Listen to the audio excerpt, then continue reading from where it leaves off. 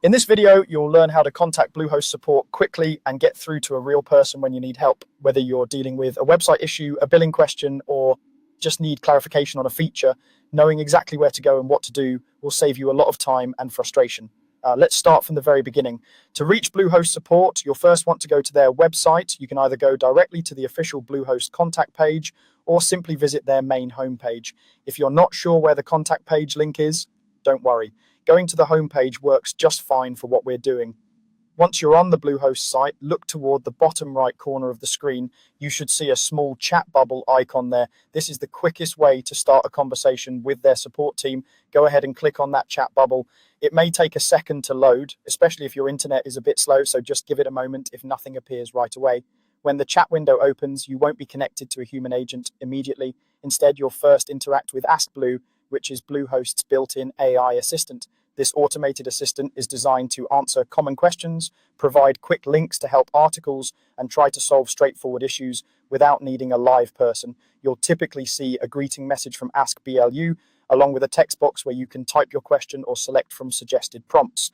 At this stage, you can briefly describe what you need help with if you'd like, but if your goal is to talk directly to a human, you don't have to spend much time with the automated replies. To move past the AI assistant and get to a human support agent, all you need to do is clearly type a short request in the chat. You can write something simple like speak to an agent or just human. Keep it brief and direct. The system is set up to recognize these phrases and route your chat to a live representative. After you send that message, wait a few moments while the system processes your request. You may see a confirmation that you're being connected or a message indicating your position in the queue if it's a busy time. This is normal. Just keep the window open and avoid refreshing the page so you don't lose your place.